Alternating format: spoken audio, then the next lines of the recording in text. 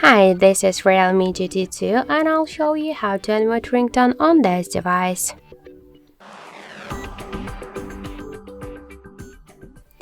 So let's first open the settings application and then tap to the sound and vibration. To animate ringtone volume, we should slide to the right side ring volume panel. There is dot on ring volume panel. Also, we can make it with the help of the volume buttons, but first be sure that in advanced settings, in volume button function you have selected ringtone volume, not the media one, so ringtone.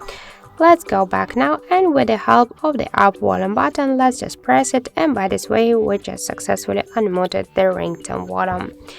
So that's it, thank you for watching, and if you find this video helpful, don't forget to leave a like, comment and to subscribe our channel.